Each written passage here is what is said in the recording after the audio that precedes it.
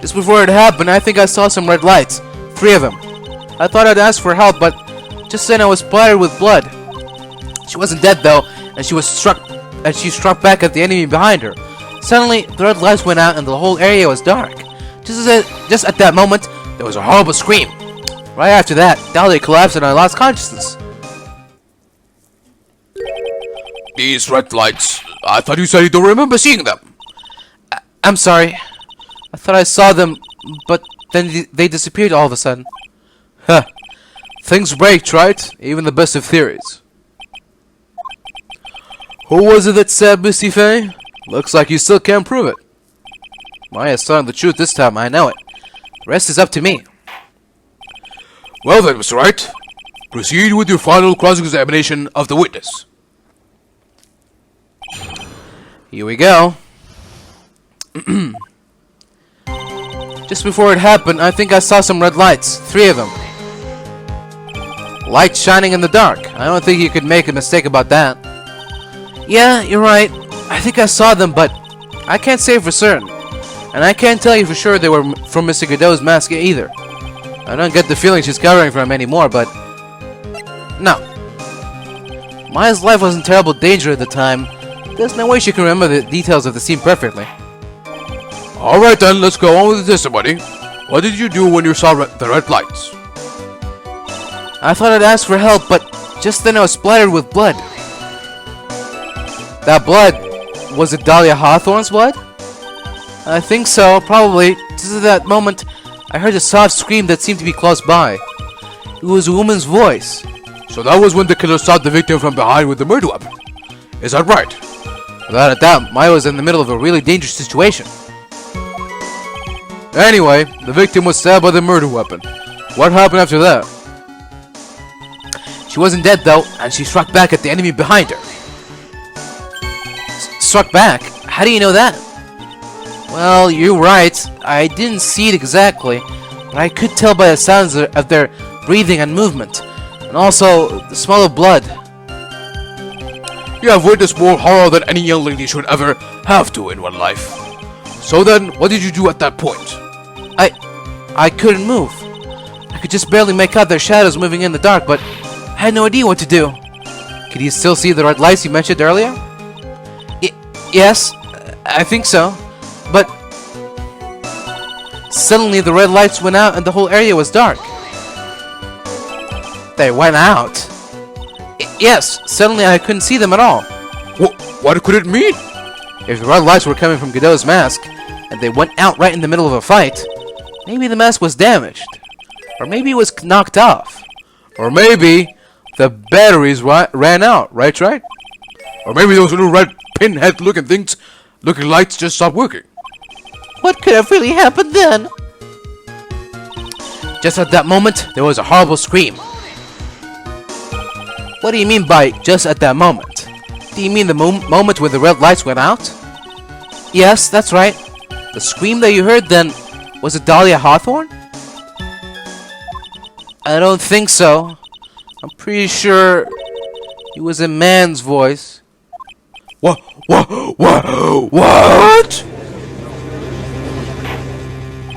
So then, that scream came from the killer? That's gotta be it. I think Dahlia Hawthorne must have taken the blade and attacked the killer with it. And then the killer let out a scream of pain, huh? After that, the killer stole the blade back and delivered the final blow. I guess. Well, Mr. Wright, it seems to make sense to me. Sounds like a reasonable deduction, but I still kind of wonder. Pretty sure there's a contradiction here. I'm sorry to say this, but that interpretation would create an enormous contradiction. That makes sense. After all, my deductions are almost certainly never correct. Remember the testimony she just gave? Before the killer let out a scream, Maya said she had already been splattered by the victim's blood. In other words, the blade and the staff had already been plunged into the victim. Is that right? She couldn't have struck back with the sword that was already stuck in her body. The weapon that caused the killer to let out a scream must have been something other than the staff. If you're so sure about that, then don't keep us waiting any longer, right? There's only one thing I can think of that could have been used as the weapon here. If Dahlia Hawthorne had already been stabbed in the back by the staff, what could she have used to strike back at the killer?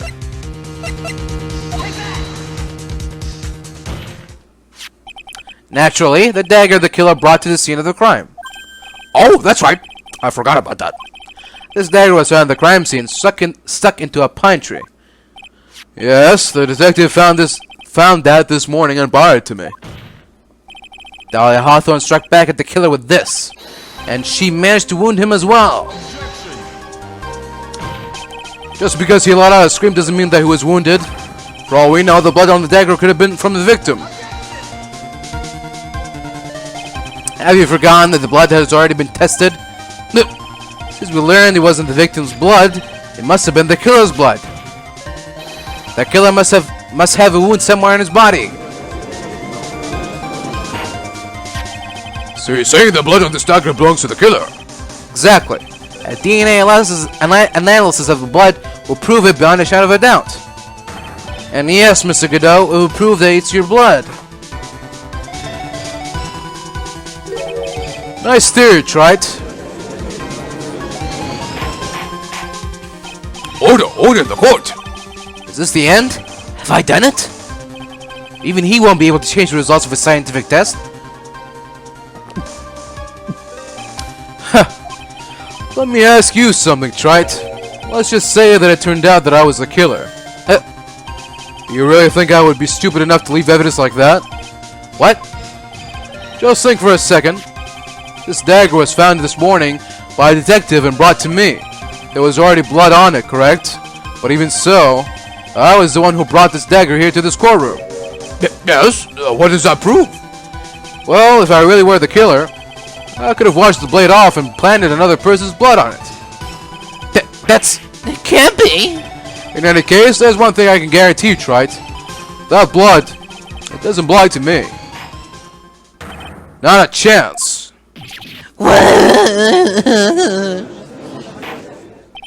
In any event, it seems to be established that the killer was wounded. Alright then, witness. Continue with your testimony. Wait a minute. What's the problem? I know I probably shouldn't say this, but there's a big contradiction in Nick's explanation. Maya! This dagger, you said it was it wounded the victim? That's right. But, if Mr. Godot had really been cut with the dagger, his clothes should be bloody or have a rip in them, right? Maya? Maybe he just changed his clothes. That would solve the contradiction pretty easily. What are you talking about? It's not that simple at all. Remember back to the day of the murder. Everyone that was on the Air Temple site got trapped there. Ah, that's right. And once the bridge was fixed and the police headed for the Inner Temple, Mr. Godot was already there waiting for them. He never had a chance to change his clothes. Why are you doing this to me, Maya? Order in the court. What the witness says is true. Well, maybe he brought a change of clothes with him. But no one could have predicted the lightning strike that shut down the bridge. How would anyone have brought a change of clothes? Did the judge take smart pills during the last recess? Well then, maybe the killer took off his clothes before he committed the murder. That way, he wouldn't get any blood on him. It's called the commando. But that's impossible, right? You know how cold it gets up there at night? Hey? After a few minutes with no clothes on, you'd be frozen solid.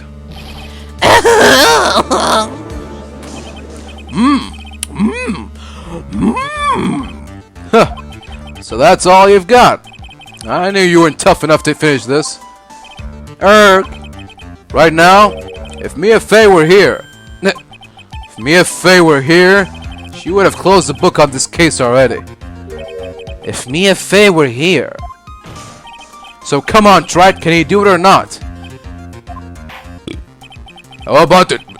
How about it, Mr. Wright? You've accused Mr. Godot of being the killer, but can you prove it? Have you got even one piece of evidence? The question isn't whether I can prove it or not. The fact is, I had to prove it. That's the only chance I have. I was taught that it's one of the rules of being a lawyer.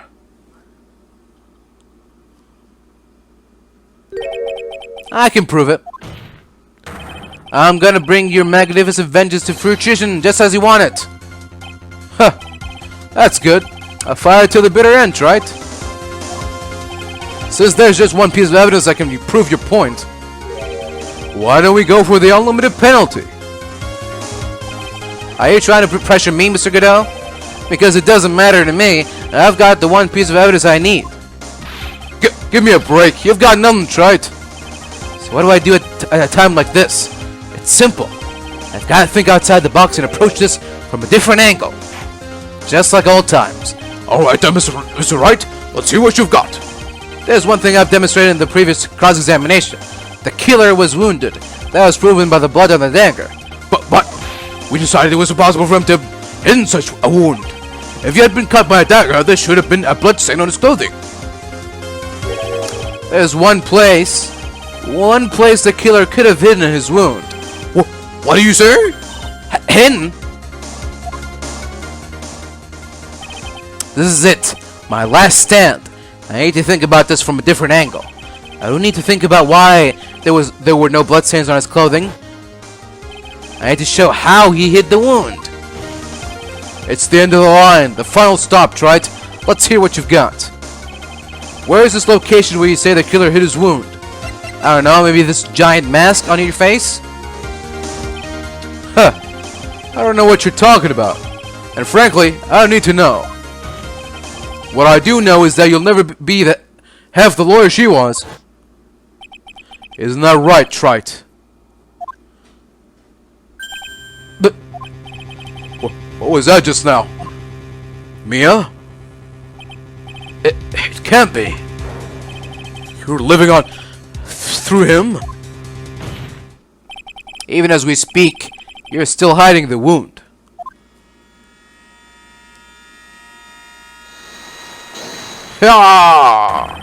It's beneath your mask. During the fight, the red lights given off by the killer suddenly disappeared. Seconds later, the killer let out a scream. That's right, your mask went flying off your face. Mr. Godot, would you mind removing your mask? If you have a dagger wound under there somewhere, then I'd say this whole case is solved.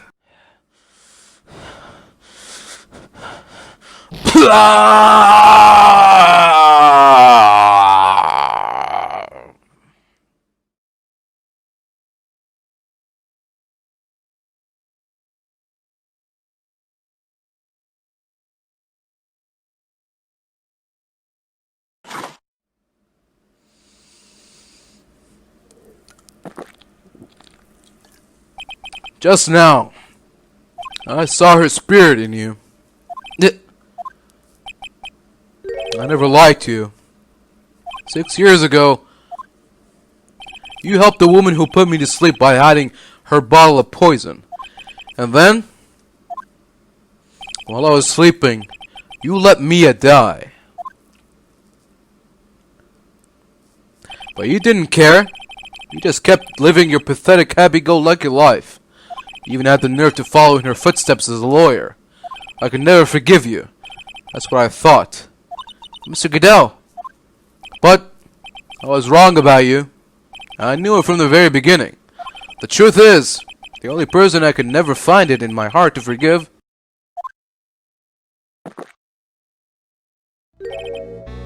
was me. You? Yourself? I was the one that failed to protect Mia. Me and no one else. I tried to avert my eyes from the truth, to escape from the harshness of reality. I just couldn't face Mia's death head on, so I ran. I hid behind a mask. I threw away my true name. I couldn't even deal with being a defense attorney anymore, so I quit. But you saved Maya. Yeah, that was my plan. Up until just now, anyway. What do you mean? Are you listening, Maya? If I really wanted to save you, then there's one person that I should have gone and talked to right away. Who would that be? Are you talking about Nick? But I didn't do it. I tried to get the help of Iris and your mother, but I closed my eyes to the most important man involved. Do you know why? The real reason? No, why? I suppose I wasn't really interested in saving you at all. Huh? I think I was just trying to salvage what's left of my own broken soul. I was trying to make up for the fact that I couldn't save Mia. Nothing more. That's why I let you walk right into a situation I knew was dangerous. Forgive me. You're wrong. You put your life on the line to save Maya. Was it really for Maya's sake? Even I'm not really sure. What do you mean by that? That night, in the darkness of the garden, and I saw her silhouette. A part of me must have known the truth. The truth that it wasn't really Dahlia Hawthorne standing there in front of me. It could have been Misty Faye, or even that little girl. But I still picked up the blade. It was like I was dreaming.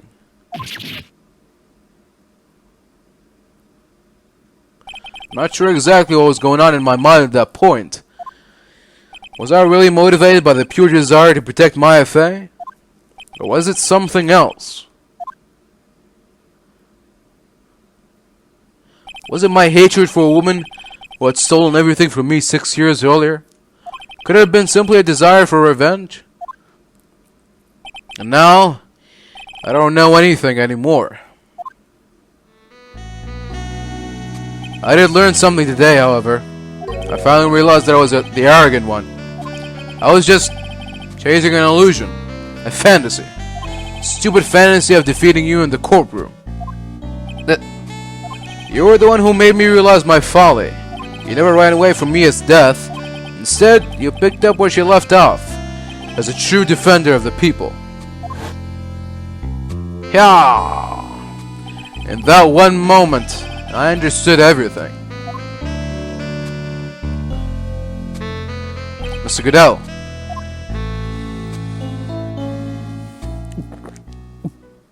I think you already know this, but if you don't, my name is Diego Armando. Mr. Armando, I believe in you. I knew you were trying to save me.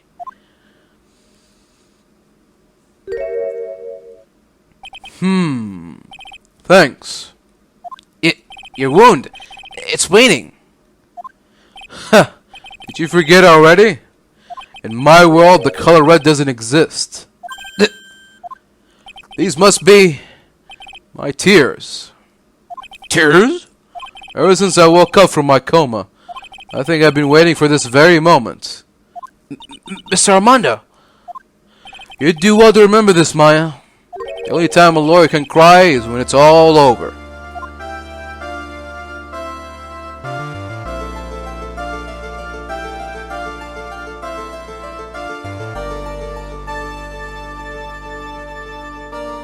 This time, it really is all over, isn't it? Defendant? Yes, Your Honor. Although you weren't directly involved in the murder, tampering with the body at the crime scene is a serious offense in itself. I understand, Your Honor. Mr. Armando explained that to me very carefully. I knew that Viscana willingly cooperated anyway. Very well. Before I hand down my verdict, is there anything you'd like to say? Well, there is one thing. I'd like to say something to Mr. Writer. I want to apologize to you. Apologize? To me? For what? For the case 5 years ago, of course.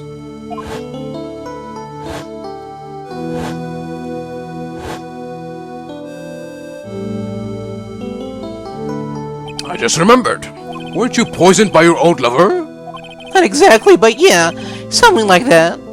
Even now, 5 years later, I can hardly believe it.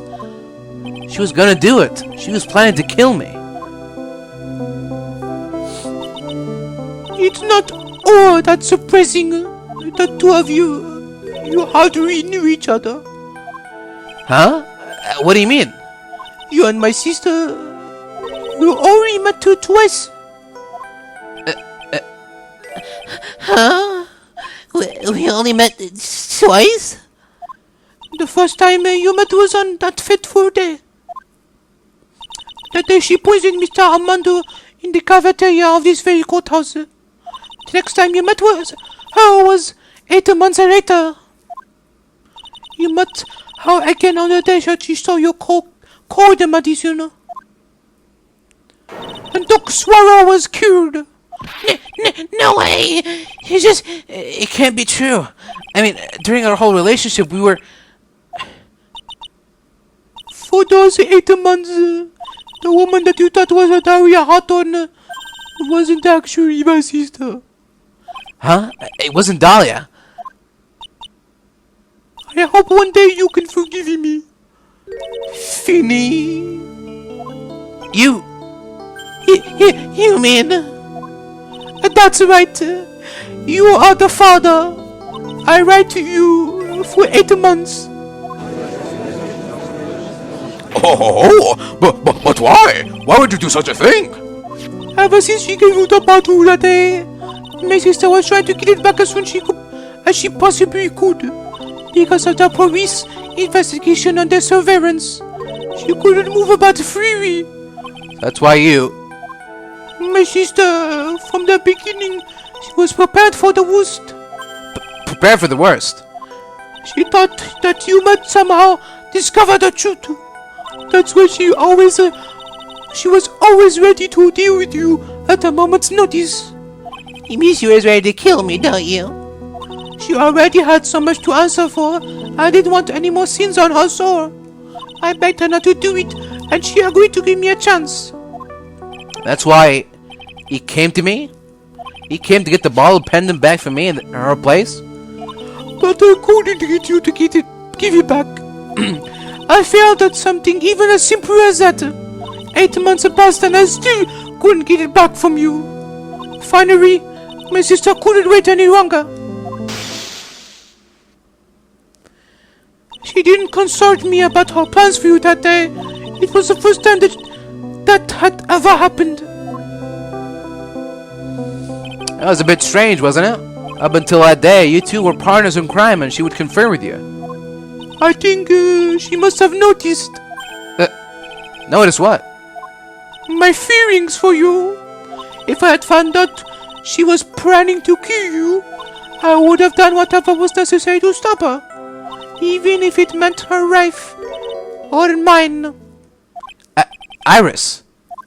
After spending those 8 months by your side, my feelings towards you, they changed. I have something to say to you, too. Yes? I'm gay. You really are the person I always thought you were. Even after Dahlia Hawthorne was found guilty, I still believed in you.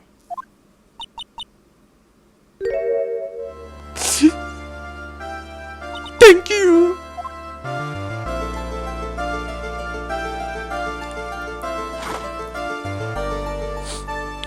How many cups of darkness have I drank over the years? Even I don't know.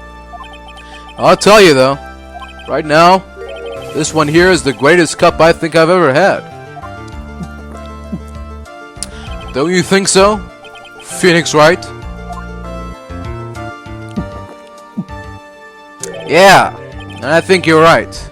The purpose of this trial was to rule on the murder of the victim, Lee Stenham. At some point, I expect you will be tried for your role as an accomplice in this case. I understand, Your Honor. Very well. On the charge of murder, I hereby find the defendant not guilty. Court is now adjourned.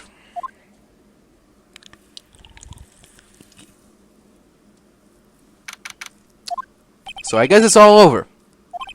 The way everything ended. Was justice really served? The man who risked his life to save Maya is being sent to prison by my own hand. Of course justice was served. Mia! I'm proud of you, Phoenix. Your defense was truly brilliant. But I couldn't save Mr. Armando, the man who cared so deeply for you. You're wrong, Phoenix. You did save Diego. You saved him in the only way possible. You mean, with that verdict? I think one day you'll understand too. Phoenix, I want you to remember one thing. You were as good out there today as any defense attorney could ever hope to be. There's nothing more you can learn from me. Mia, you've accomplished something I wasn't able to. I owe you a great deal. Thank you. Mia, I'm sure we'll meet again. Someday, Phoenix.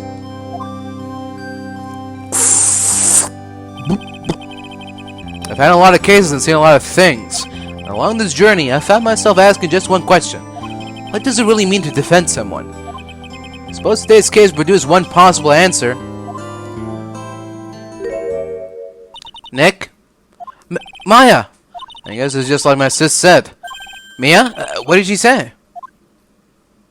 That night, when I challenged Mia to get her advice on what to do, this is what she wrote back to in my notebook. Don't worry. Phoenix will save everyone in the end. But, come on, cut it out with that gloomy face. Can't you see? Me, sis, and I'm sure Iris too. We owe you for everything you have done for us, Nick. Maya. How? How can you be so bright and chipper after all that's happened? You were brutally attacked. Even saw your mother murdered. Youch! Francesca! Still as softy as always, Phoenix, right? Excellent work, right? Mr. Edgeworth, when did you get back? Oh, that's right. I guess no one filled her in on that. Edgeworth and Francesca have actually been helping me. Helping you? If these two hadn't been here on the first day of the trial, the defense wouldn't have gone anywhere.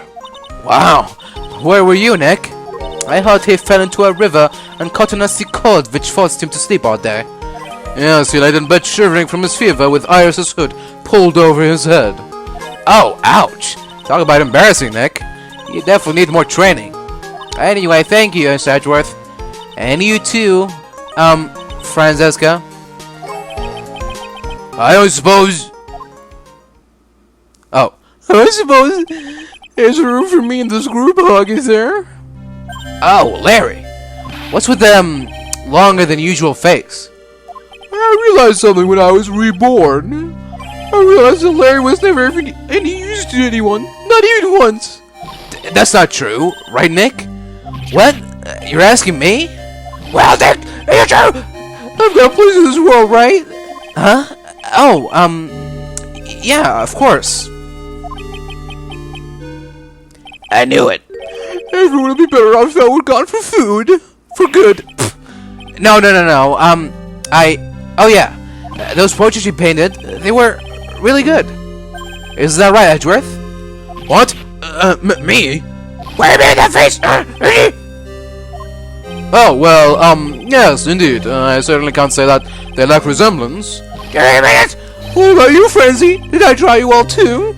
Yeah. My beauty can't possibly be captured by a mere crayon.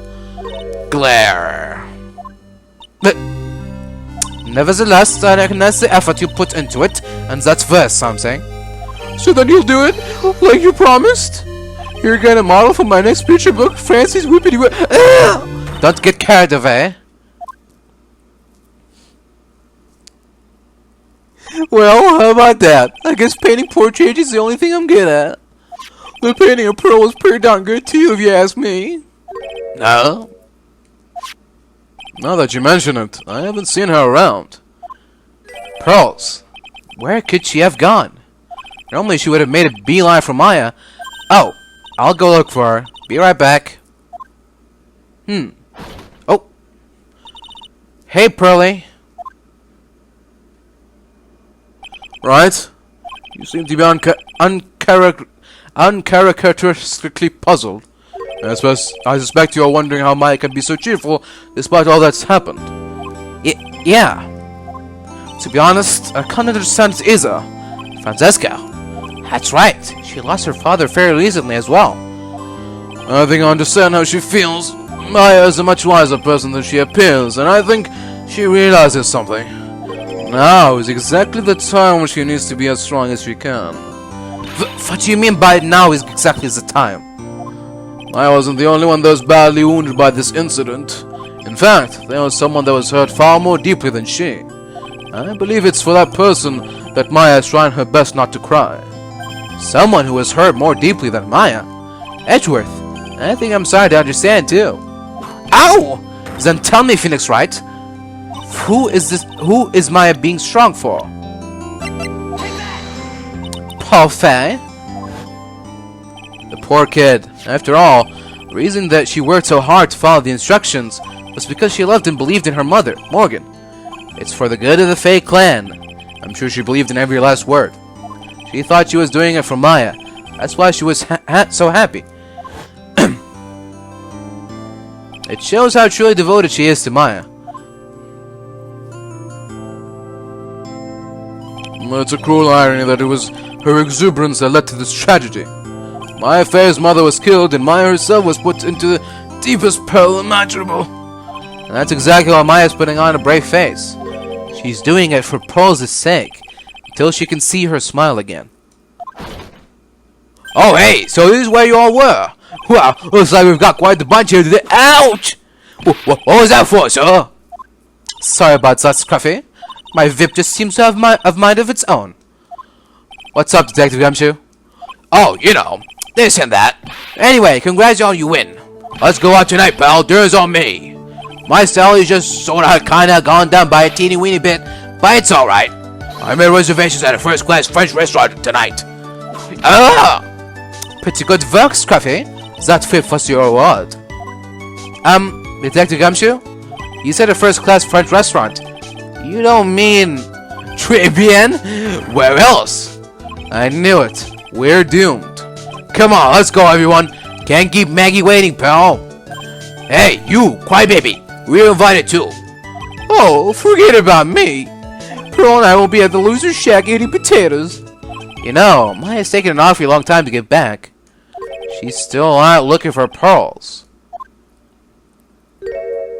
Oh, Maya. What's wrong? Nick, what do I do? Pearlie, I can't find her anywhere. Huh? I'll bet she just went back home. That's all. I thought so too, so I called the village, but no one has heard from her.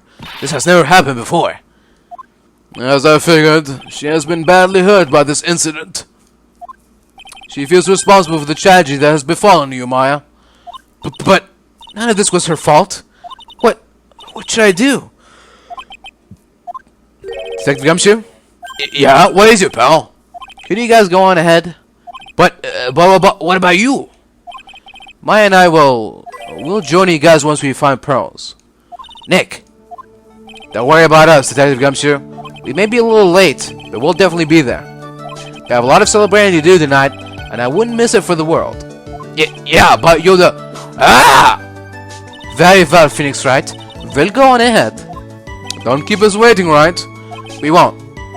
But where should we look? Where could Pearlie have gone?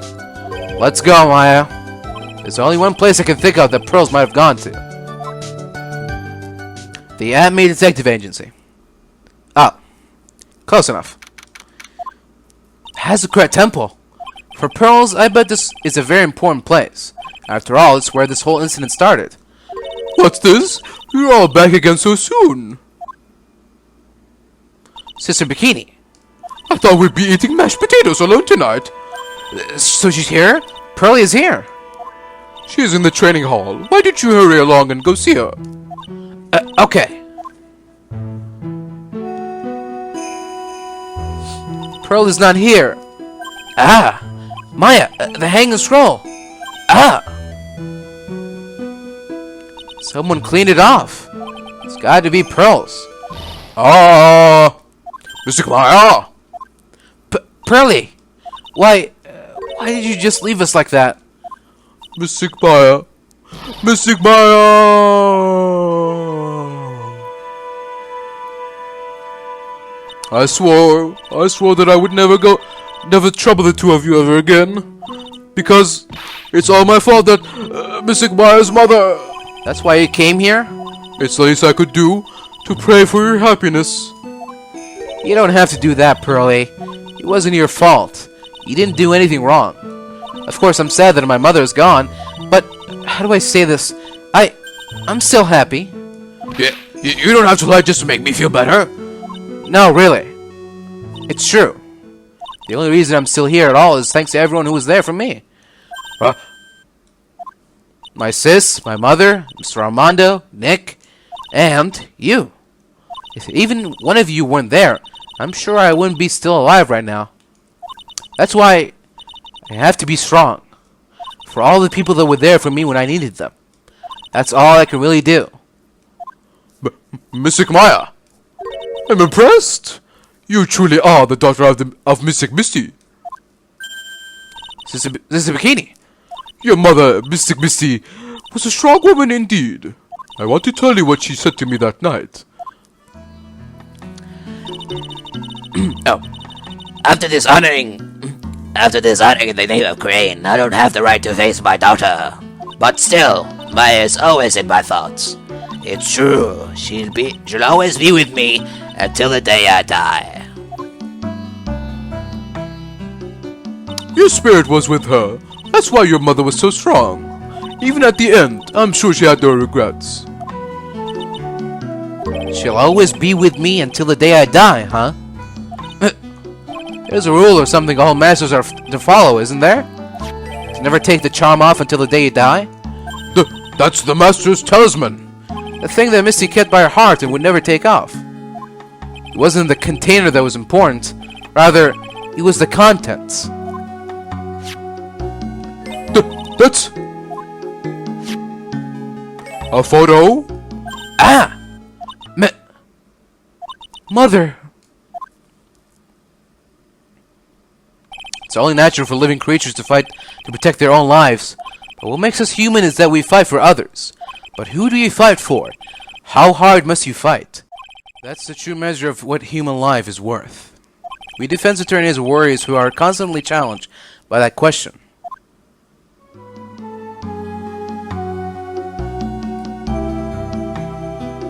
Even when the battle is over and the bonds that connect us are severed, we always return, time and time again. Mia, Maya, Pearls, Mr. Armando, and Maya's mother too. I learned that from all of them.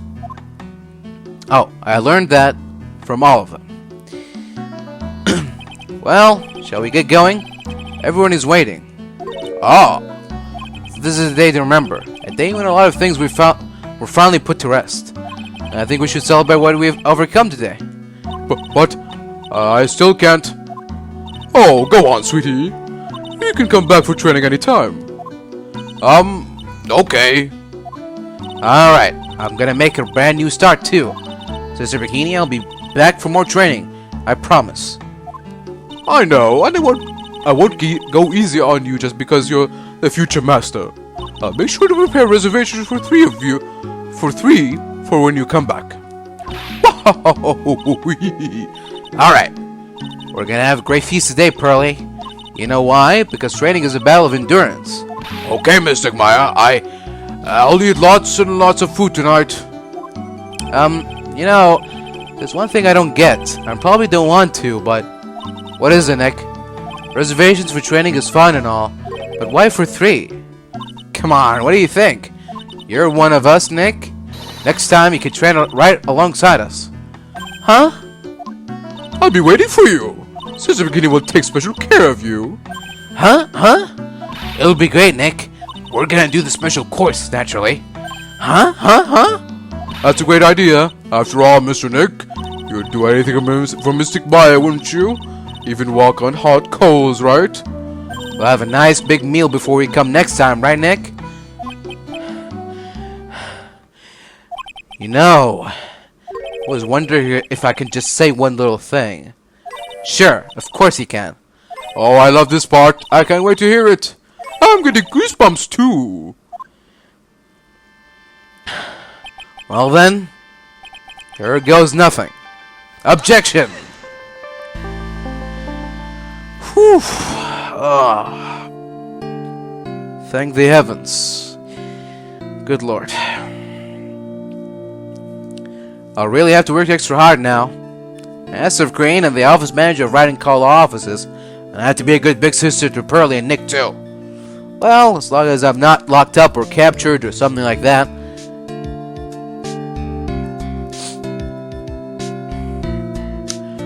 Tatsuru Yomoto.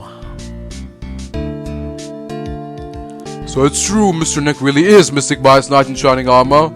He went through with the special course all the way to the end. Actually, I heard there's a legendary extra special ultra course here too. I think I'll surprise the two of them by making them a secret reservation. Great, thanks, Pearls. Shuichi Muramoto. Maggie bought me a brand new coat as a present, pal. I feel 10 years younger. I'll never take it off. Yes, but somehow you just don't seem the same. I guess a dirty, shabby old overcoat is just more detective-like, sir. Don't worry about it. In the name of love, a man will soil himself silly.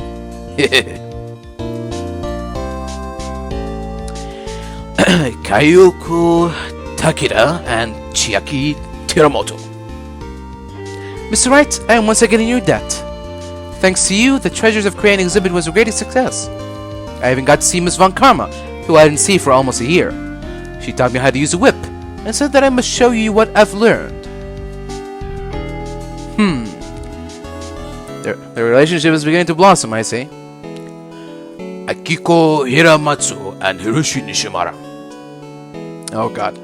Desi and I saw at a company called Mastimas Consulting. We're dedicated to stopping evil plans for all the criminals in the city. I'm always Kyle, please! Pretty cute, huh? Well, we also sell plans to the criminals as a kind of side business, and if that's okay, sometimes I think maybe with a risk.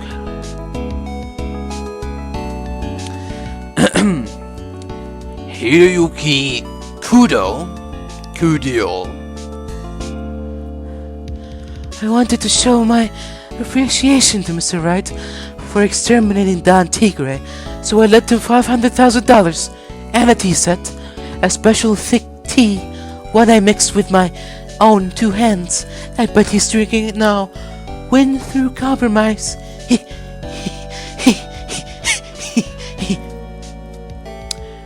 Makoto Fujimi and Takeshi Kueki. I'm just old and in the way. A wrinkly, grumpy clown knows ways of flash. At least, that's what I thought. My grandkids had a birthday party for me the other day. Tell about embarrassing. 69 years old and I cried like a baby with a dirty diaper. Alright. Noriyuki Iodowe. As usual, we have an abundance of work to do. We've hired a new programmer to replace Galen Elk. I do hope everyone will get along. His name is Adamada.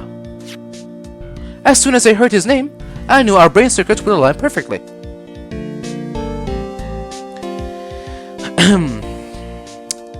Kimi Kumura.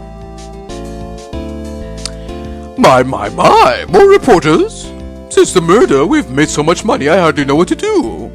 I think the magazines like us provide... because I can hardly wait for Iris to come back. Wow! Who the fuck cares about her? Probably one of the least liked characters for me. In this game, at least. Kumuku Syukani. Oh god. You've turned into such a respectable man, Finny. It was so sweet of you and everyone else to come and visit me here the other day. Of course, I was happy that you constantly had your eyes on me, but I found it kinda bad when the other two ones slapped you so hard you got a nosebleed. Voice. Oh, objection. Oh. Ben Grumman Judd. No, that's me. Phoenix Wright, played by me. Also Miles Edgeworth, me, Van Daminator. That's my role. Yep, that's me too. You can't notice it, but it's me. Either the voice style, that's me, Van Daminator. Objection. I should do, yeah, okay, there we go. Objection. James Wilson. Interesting. Ah. Objection.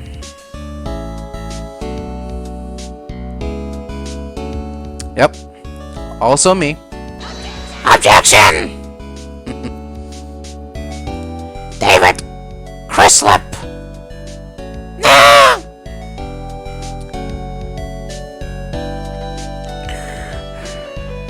What's this? I'm back from a long time vacation. No one's here to grab me. And guess while I was gone, my little whippersnapper buddy quit, and now I've got no one. What kind of lonely crazy security room is this supposed to be anyway?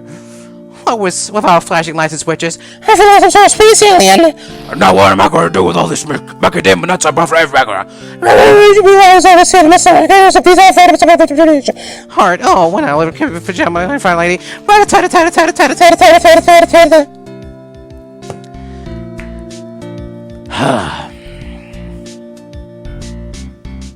Atsushi Inaba.